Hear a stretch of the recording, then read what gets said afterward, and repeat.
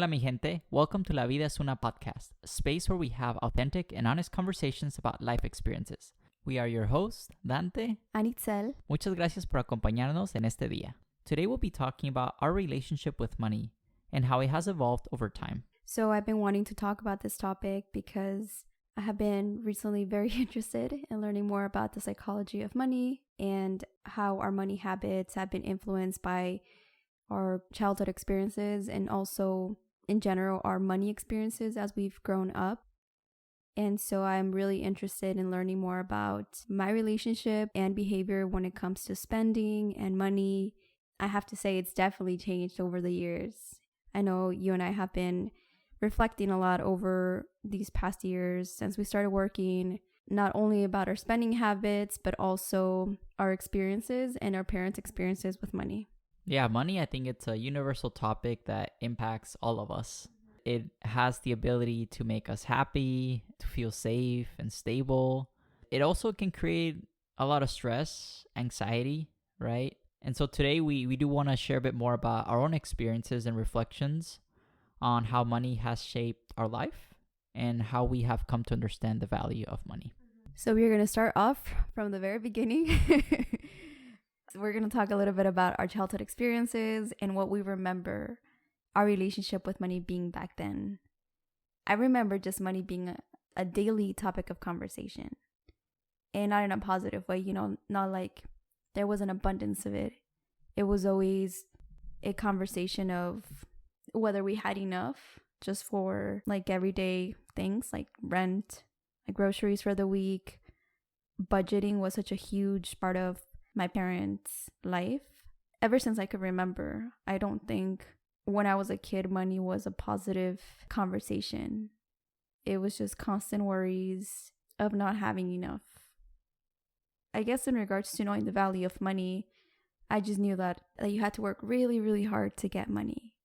Or at least because I saw my parents work so hard, I assumed that money was really hard to get because unless you worked really hard and almost every day, then you wouldn't have any money.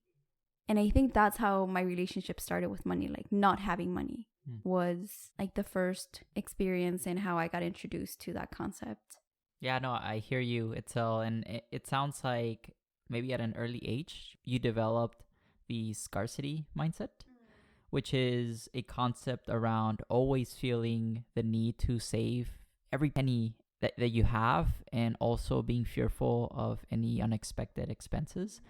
I also shared that mindset growing up. I think my first exposure to money was also through my parents and my grandparents. One of my most fondest memories, I think to this day, is when I think about money was on Sundays, we would go visit my grandparents, and my grandpa used to run a Chinese food restaurant in Tijuana, and he would give me and my sister sometimes un domingo, which is getting $20, $30.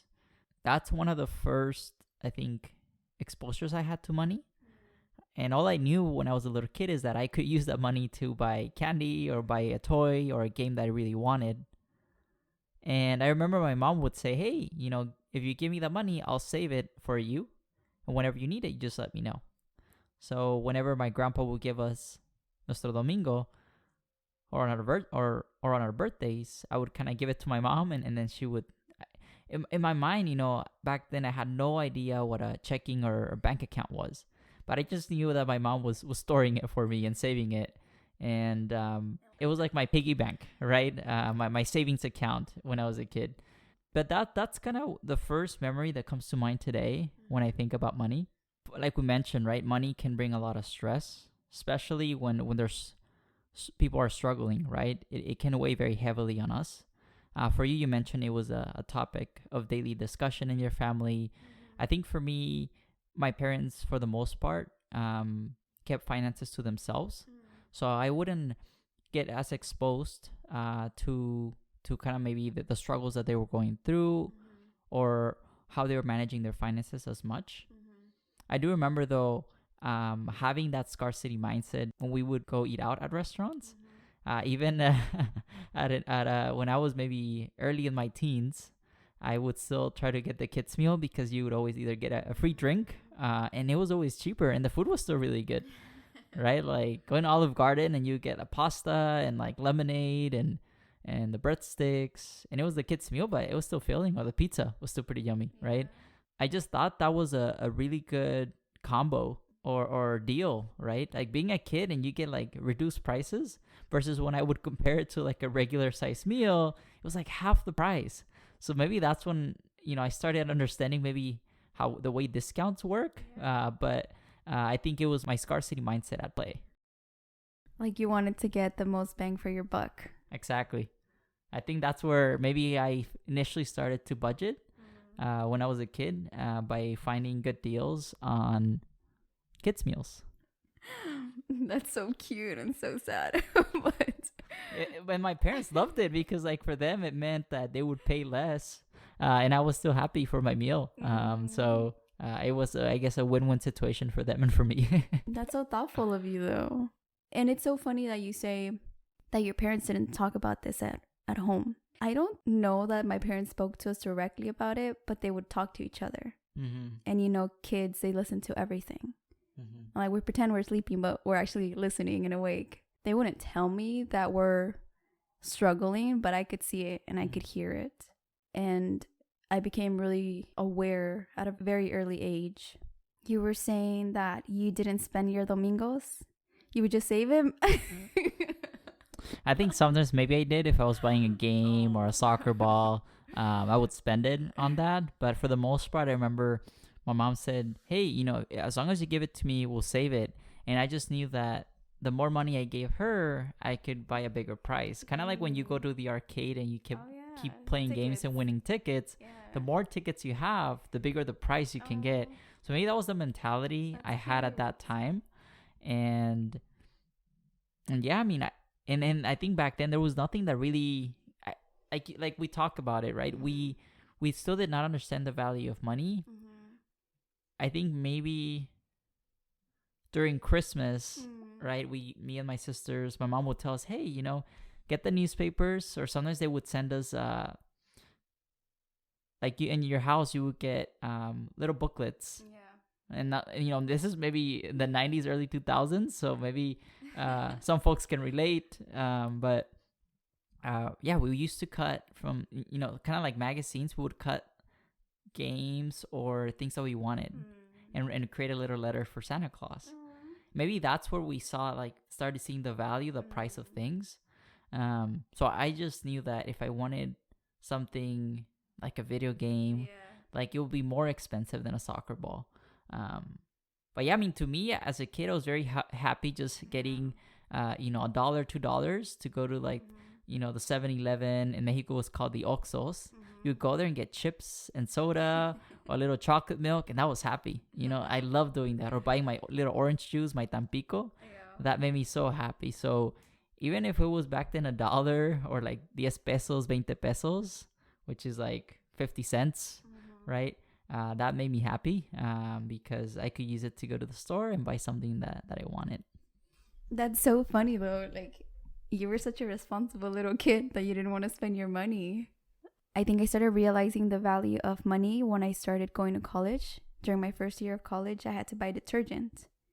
And my whole life, my mom had been the one who bought detergent and all of this, necessities around the house, like shampoo and everything. But then I looked at the price, and a detergent bottle was like $20. And I thought that was so expensive. So I don't think I may have fully realized the value of money and how expensive things were until I had to start buying my own supplies. Yeah, I think in college, me too, that's when I started realizing the value of money as well. Like having to pay to wash our clothes, like the quarters, right? One more memory I have about money is I think in high school I had some friends that would sell chips and soda, and they would bring it in a little luggage, a gym bag. And they had everything. They had tostilocos, they had takis, hot Cheetos, they had the lemon, they had the limon, the chamoy, tapatio. And so it was like a little buffet of chips that you could get right there. And it was one of my friends that would sell this. And then multiple friends started selling it. And they were very, I guess, successful during high school. Yeah. So shout out to, everyone who kind of was being an entrepreneur, hustling during high school. I think that's when I saw, I guess, folks make money, but I still wouldn't understand or grasp the concept of the value of money. That's really cool. I know. I would see people selling chips and be like, oh, they're rich. They have a lot of money because all those dollar bills. Yeah, I would see them like with the dollar bills, the racks. I was like, oh, they're making it rain, Yeah. You know who else sold during high school? My little brother. Chais. We call him Chais. His name is Isai, but short for Chais. Shout out to Chais. In LA, we have magnet schools that focus on specific subjects. I went to a STEM magnet high school, which focused on math and science. My brother went to a business-focused magnet high school. So as part of one of his classes, they asked him to start like a business, come up with a business idea and then implement it. And he told me he started selling tacos at school and they were so successful. But then the high school wanted, like a cut of the profits. And then I guess he had to get a permit or something. So he had to stop selling tacos. But he said it was a really huge success. I mean, no doubt. Like, do you want to eat tacos or high school food? Of course, tacos. Yeah. Any day. So he's a hustler too. Yeah, I remember even in middle school, every year in middle school, they would give you a box of chocolates. Oh, yeah. I don't know if you had that program as well. And then you had to sell the box of chocolates. And then whoever sold the most, there was a prize. So I remember that. The other thing I remember is there was a competition to run like track or run laps around this was I think in elementary school and middle school. My school did this fundraiser in which all students would sign up to run laps around the school. Okay. And every lap that you run, you had like your sponsor. So this could be friends or family that would sign up to kind of sponsor your run. And so I remember that when I signed up, like my mom was one of my sponsors and a few other friends, family friends. And I ran like 20, 30 laps. But I think it was like pennies or $1 per lap that people, would sponsor you for. But I was like, oh man, I'm running a lot. Maybe I'm going to have people like have to pay a lot of money. But I remember that was another activity early on that exposed me to money. Wow. All these activities that we do, right? Yeah. To start earning money. Okay, I have another childhood memory that I want to share. When we first came to the U.S., my mom wasn't working. My dad was the only one that was working a full-time job. But my mom knew that we needed money. And so she started doing like side jobs. A couple of jobs that we were, part of is we would sell tamales at the laundromats at night after coming from school. My mom would take us to laundries to sell tamales. And, back then they were $1. And I also remember going at night because she was scared to go out during the day. I just remember helping her out, like selling tamales and champurrado. And we would also go to marathons. In LA, there's a lot of marathons. And there were a lot of vendors selling waters or like Gatorade. And so we would take a couple cases of water and some soda, some juices. And we would sell them to runners or, to families of the runners. And my little brother was so good at selling. Chais has had a natural talent for like selling since he was like 5 years old, and he was so cute, and he would announce to everybody, water $1, water $1. So that's a very cute memory I have of my little brother. He was a skinny little boy and he was so cute. He's still very cute, but I remember I was a little shy to go up to people and ask them if they wanted water, but he was very brave and he was just like going up to everybody and be like, hey, we're selling water. So that's just another memory that I have of, I guess, one of my very first few jobs. But, my mom was definitely the one putting in the work and we were just there tagging along to help. Yeah, it sounds like an early age. Yeah. We're learning a lot of skills from selling things to others, but also a lot of fundraisers. right? Like we talked about selling chocolates. We talked about, and some fundraisers are quote unquote, sponsored by schools, and some of them are self-sponsored by the students, like selling chips. But yeah, but the family. So it's interesting how early on in our lives we were already learning lots of skills around money and selling and fundraising, which come in handy later down the road as well. Yeah, I look back and it's kind of sad, that it was just a constant struggle. And my mom had to go out of her way and we all had to pitch in. It's beautiful to come together, but, it just makes me emotional to look back at those hardships. Yeah, I mean, one thing we touched upon is money can be stressful, right? The relationship with money, I would say it's an emotional one because it allows us to acquire things, but it also can bring to us a lot of anxiety and stress, especially for unexpected, expenses. These are great stories, but I do want to move on and ask you, Dante, do you remember having any fears around money or navigating finances when you had to start managing your own personal finances away from family and away from your parents? Absolutely. I'm even to this day fearful of some financial decisions. I remember I think my freshman or sophomore year of college, my mom opened a credit card account for me, and I never used it during college. I only started using it after I graduated.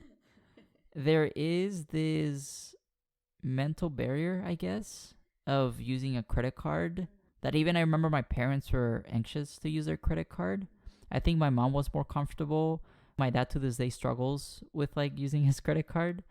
And I don't blame them, right? The financial industry and banks don't think a lot about making their products accessible and easy to understand. They're actually very confusing. And so there is a lot of fear that myself and a lot of people have with their credit card. So I remember during college, I had this blue card, but I never used it. And I'm so lucky that the bank did not close the account because that affects your credit score. And we'll talk more about the importance of having a good credit score in a future episode. But I just was very scared to use my credit card.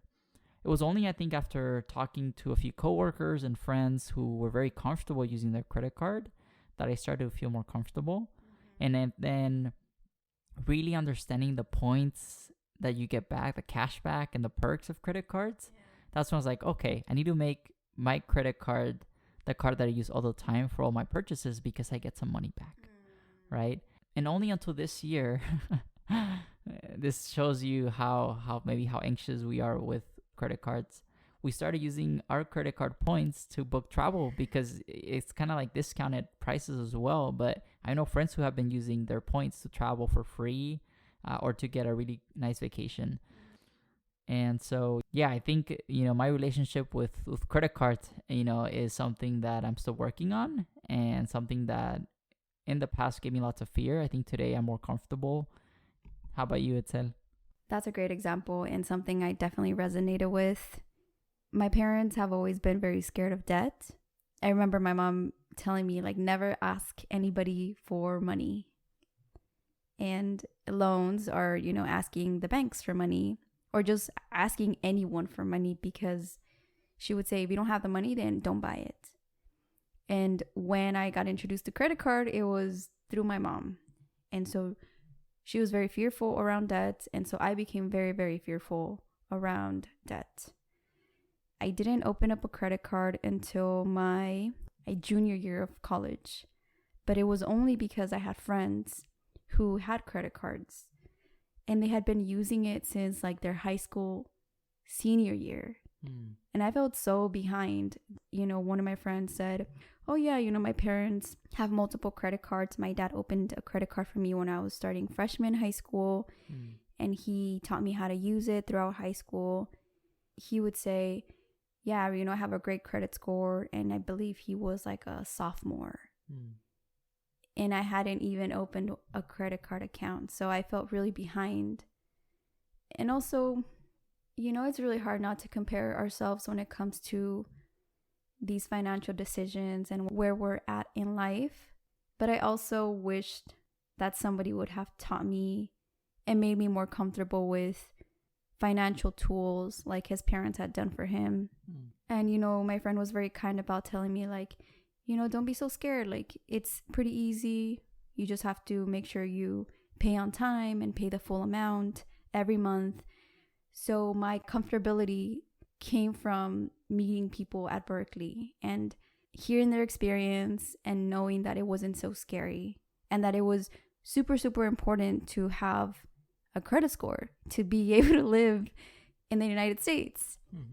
A huge aspect of this, me opening up a credit card account, was the fact that somebody told me that I needed a credit score to get an apartment. It was our junior year. I was definitely going to need an apartment my senior year. And then afterwards, I needed to live away from the dorms.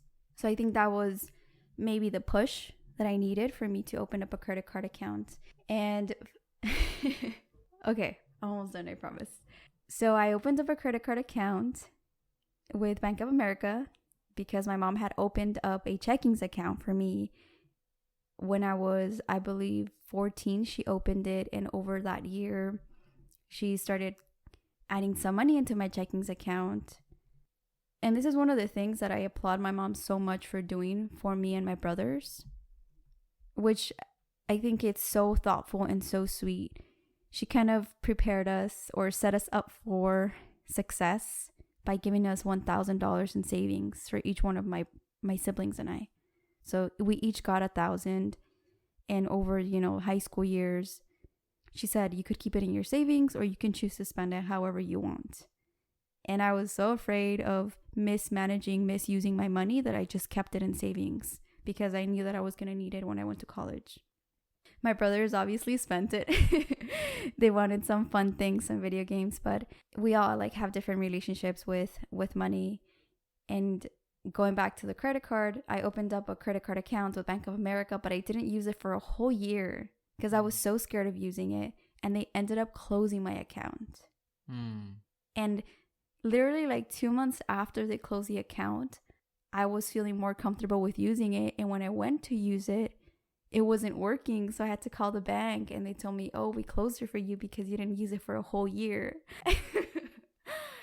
Yeah, I mean, I could say that was like a financial mistake, but I just wasn't ready until I learned and educated myself a little bit more. And this was when I started working that I started to get more comfortable with having the power to use it. But I remember that first time using the credit card account, I was working already. So I was like 21.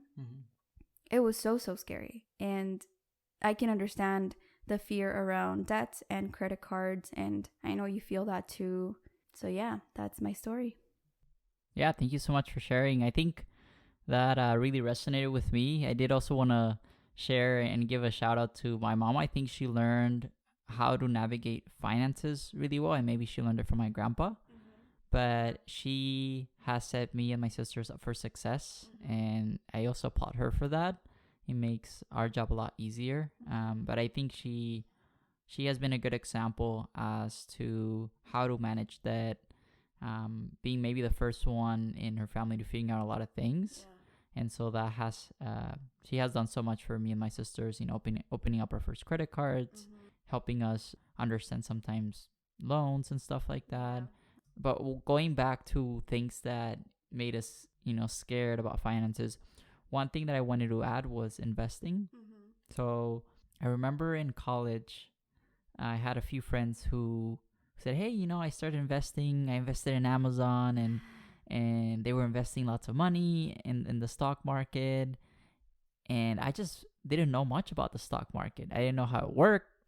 I didn't know how much money you needed to invest, what accounts you needed to open. Or how you invest. Yeah, literally. I had no idea, but I just knew people were doing it. And then I remember another person also told me about crypto, about Bitcoin. And this was like before Bitcoin went to like 20,000. So maybe hindsight, I would have maybe listened to that person and maybe invested. Maybe I would be retired by now. But I remember I only felt comfortable investing after I graduated and I started working because I had a little bit more savings. And so I felt at that point it was a good time to start investing. But I made mistakes along the way. I remember one of the first stocks that I bought was Microsoft. And I sold it within a few days because I saw that the stock price was decreasing. So I was like, oh no, I'm going to lose my money. And then I also, another stock that I bought early on, it went up in price for like $4 or $5. And I was like, oh, I'm winning. I'm going to cash it in. And so I sold that too. But I did not know that these events are taxable, right? So there's little things like that I learned along the way. Now I've been investing for, more than 5 years. I'm more comfortable with it. But it is very important, I think, to learn the basics or the fundamentals and prepare yourself. I think that's why with finances, having a plan is really, really important. Yeah. And I think that's what I've learned along the way. If you want to set yourself up for success when it comes to finances, is you have to kind of learn lots of new things on your own or by talking to others, but always have a plan. You're so right about having a plan. And you know what, Dante? I feel really understanding. Maybe that's not the right word. I sympathize so much with our parents and with actually like anyone who isn't very comfortable with personal finance, because I mean, we've been there, both of us. And I think this is like people say it's a lifelong journey, but it really is, because you learn a little bit every year about how to manage your finances just a little better and be more comfortable with all these different financial tools and topics. But nobody teaches you this. Nobody taught our parents. Nobody taught us in school. So I tell you this all the time. Why didn't we learn how to do this in one of the, how many years were we in school? Like 12, 16 years. Mm-hmm. Could we not have had one personal finance to help us with our life? Like, seriously, come on, education system, do better. Yeah, financial literacy and personal finance should be something that's accessible and taught to every student and everyone. It's funny, I majored in business at Berkeley in college, and I did not take a single class around personal finance. I took like corporate finance and your regular finance classes, but I did not learn much about that's applicable to my life today around personal finances. And I'm a business major, right? So that goes to show that there is a really big need for providing access to financial literacy and personal finance education across the board, because it is a skill that impacts our day-to-day life activities and our emotions. And yeah, I wish the same thing. I wish we all were exposed to personal finance concepts earlier on in our lives, because then we're more aware about how to navigate different situations. Yeah, I really think this should be a required course as soon as maybe you understand a little bit about money, maybe in high school freshman year. I don't know, but I know that there is definitely a big knowledge gap on this subject, definitely in our community, but also I'm sure around the world. But I think nowadays, I do think it's changing. One thing I was really happy about is maybe a few weeks back, there was a volunteer event at work, and I work for a digital bank now. So I've definitely been learning a lot in my new job about regulation and how checking and savings accounts work, the inner workings of them. Yeah, I mean, there's been a lot more volunteer opportunities in middle schools and high schools to help, teach students and expose them to concepts like savings accounts and the importance of having a budget. And so I'm really glad that there's certain programs available for students to learn about finances, because it's really important and it's something that it's going to serve you for the rest of your life. Yeah, and I think there's more content on the basics of personal finance, and if you read articles online, you definitely get more knowledgeable and also more comfortable with personal finance and financial tools. Yeah, and the most important thing is, so that we don't keep on making the same mistakes that maybe our parents or friends have made, because a financial mistake can really take a toll on your mental health, your emotional health, and that of your loved ones as well. Yeah. And so, yeah, I just wish it was maybe more like a mandatory course that everyone could take, in high school or middle school to get exposed to personal finance.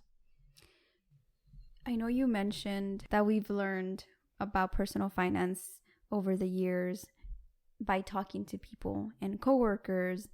I am so grateful and I am so thankful to all of our friends and people that we've met over the years that have been so open with talking about this or giving us advice or sharing tips, because I wouldn't have learned the importance of credit cards and having an emergency fund if it were not for people at work and friends that were just so kind in educating me. Because when I started working, I was very honest about like not having one single clue about how to manage my personal finance. And I had a coworker at Pandora who, you know, he had been working maybe like 3 years in the industry, so he wasn't too far off from where I started, but he had so much personal finance knowledge that he was willing to share with me. And I asked him, hey, can we have a one-on-one? I just wanted to ask you some questions around how I can deal with all of these like personal finance questions that I have. And, you know, when you start working, some jobs offer you benefits. And so that's how the conversation got started, because I had no idea what benefits were. Like my mom didn't have any benefits in any of her jobs, so I didn't have anyone that could help me. And my coworker, his name was Zach, he was so kind and literally giving me like a crash course on personal finance. And he said he loved to do that with his friends, and I was just so thankful. And to this day, that's one of like, that's a core memory for me for sure, because I was so in need. I had zero knowledge, and he was kind enough to guide me through what he knew and point me in the right direction, at least on the steps that I needed to get through if I wanted to have some sort of personal finance stability and also grasp. Yeah, no, that's awesome. Shout out to Zach, and big kudos to everyone who has kind of helped us in this financial journey. I think it does take a village to really navigate all the different types of accounts, budgeting, investing, all these big topics. There's so much to learn nowadays. A funny story is, I remember, you know, my second job, there was this thing called a 401k plan. I had no clue what it was. I just knew it was for retirement. And a 401k plan is a retirement savings plan that it's offered by companies here in the US. So you can save for your retirement. Yeah, I mean, I remember I felt so dumb not knowing what it was, and it's a long kind of application that you go through to kind of set up where your money's gonna be invested. And I just copied whatever my coworker was putting for her investments, because I had no clue, no idea what it was. I just knew that I needed to sign up because there was a deadline. But my coworker, you know, shout out to Falana, I just remember she explained how it worked. You know, and then I just copied the investments that she picked and the different percentage allocations for that, because I trusted her that, you know, she would know what would be good investments, but I had no clue what I was doing. It was more of something that I needed to know. And there were so many people that already knew how to set up their 401k, how to invest, but I had no clue, no idea. I just knew it was something I had to get done because there was a deadline to it. And with that, you know, came like signing up for insurance and all these things, you know, that you go through your orientation or HR, right? When you join a new job, you got to set up all these things, from insurance to your retirement plan and stuff like that. But we never learned this in college. You only learned it. I learned it on the job from my coworkers. I honestly think this is such a common experience for a lot of people. My brothers went through the same experience. I helped out my older brother earlier this year in March to set up his benefits, to set up his medical insurance.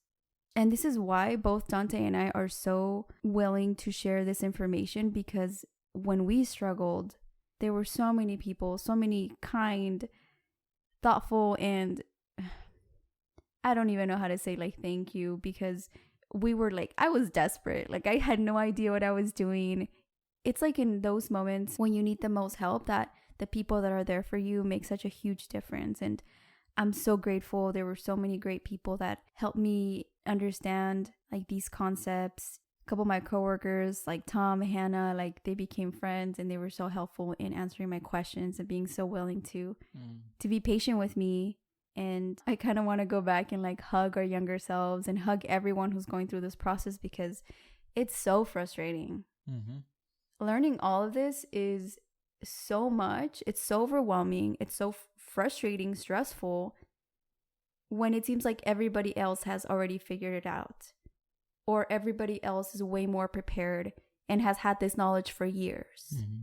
And when you're just starting off, figuring this out is just such an overwhelming time. So if you're going through this, or if you feel like you're behind, know that it is not your fault. I don't think there's anyone to blame here, but maybe the system doesn't prepare people well, or this information was not as available back then, or you have to have gotten exposed to somebody who has this information in order for you to also acquire that information.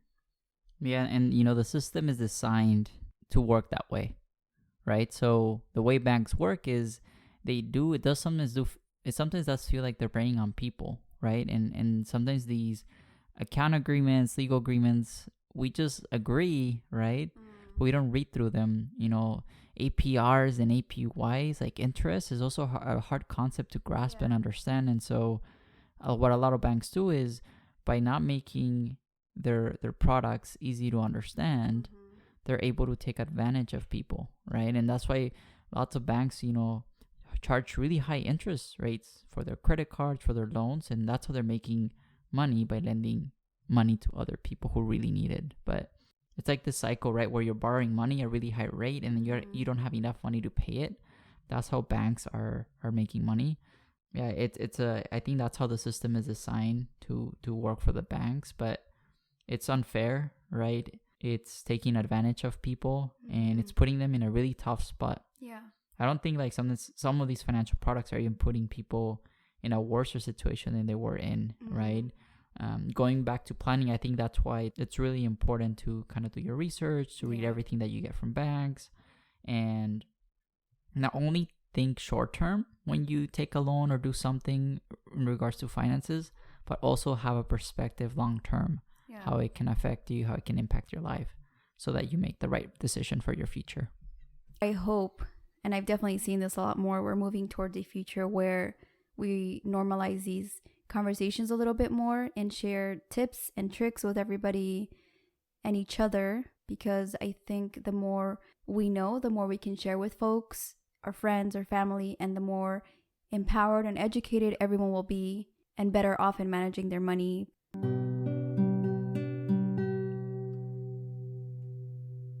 When I started working, that's when I started learning more about personal finances.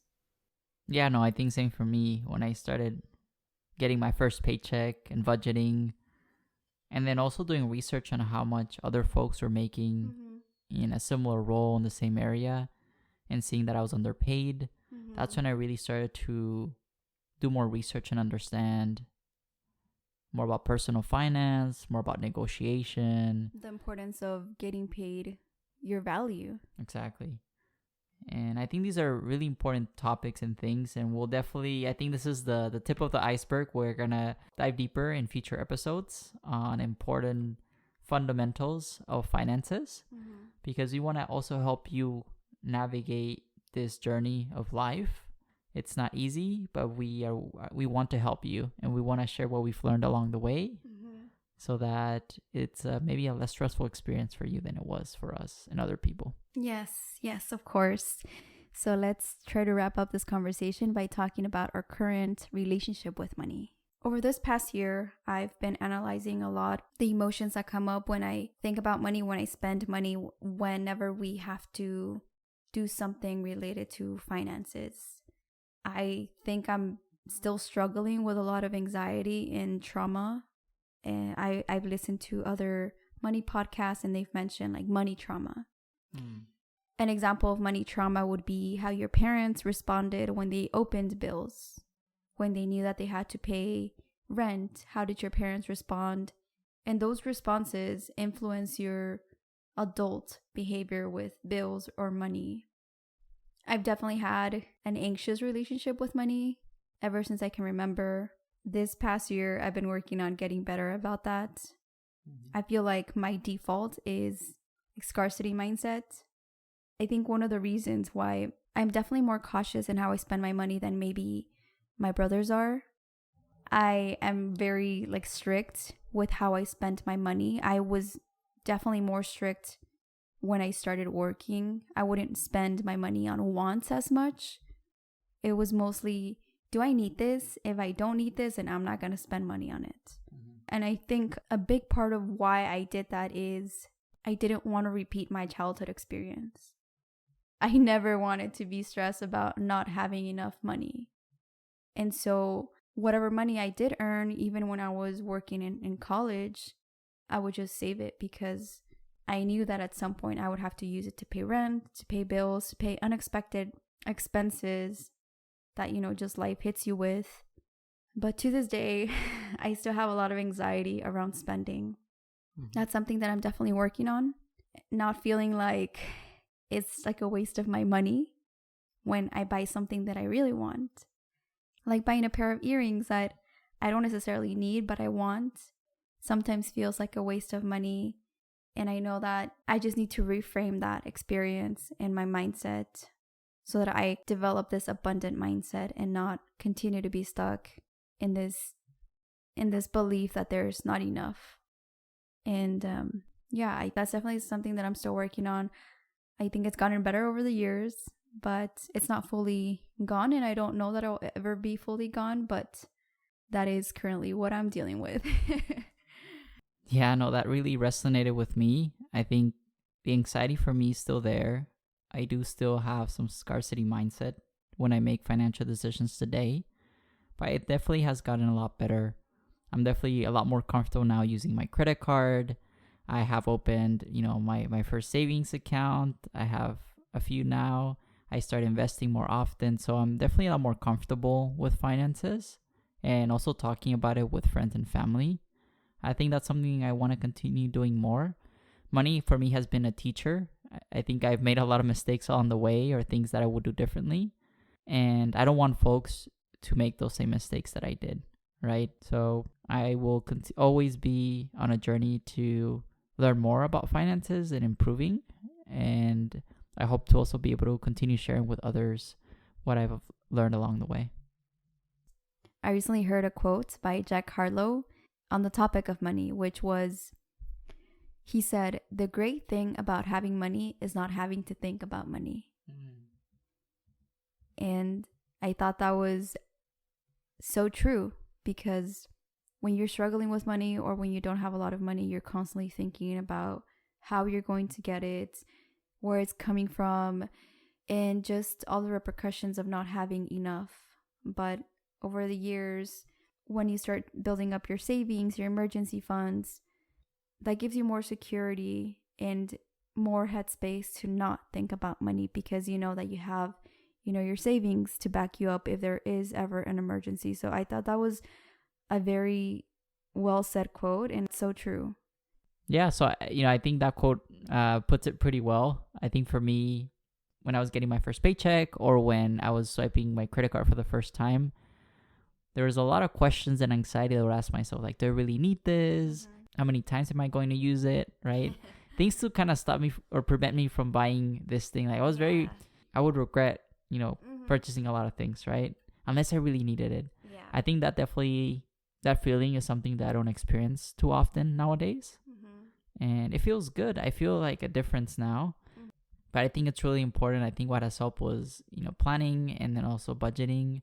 That has been really helpful in building, like you mentioned, like savings. So I feel more stability when it comes to finances. That's great.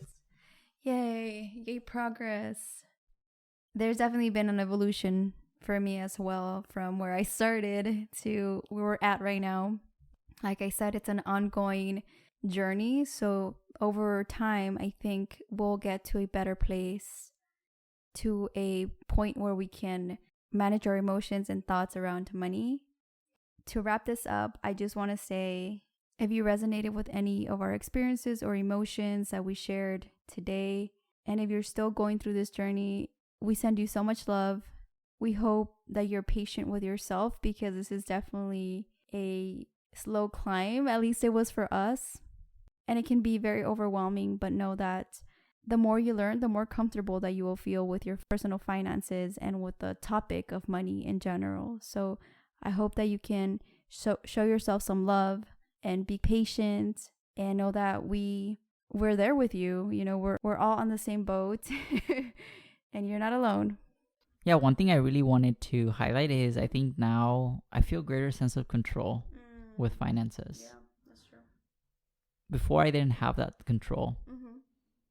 But I think through the years, by learning, by making mistakes, by educating ourselves on personal finance and by talking to people, those things have helped a lot to feel a better sense of control or empowerment over our finances. And it's very refreshing. It's amazing. I think that's a feeling that we all seek, to feel empowered in our finances and have control. Thank you for sharing. That's a really, really great message. Is there any last words that you want to share? Well, I want to say thank you so much for joining us today on this episode about our relationship with money. We hope that it inspires you to reflect on your own relationship with money. And one thing I want to leave folks with is that it's never too late to start learning about personal finances. And every situation is different. So if you are opening your first credit card, next week, or you just are learning about budgeting yesterday or today, that's great. I mean, every little step counts to building a better future for you and for your loved ones. Like Dante said, we all have different experiences, and just a gentle reminder that we all have different opportunities. We all started with different resources and backgrounds, so no two journeys are the same. I hope that you don't compare your journey to anyone else's, because it is not an equal playing field. We all start at different starting points.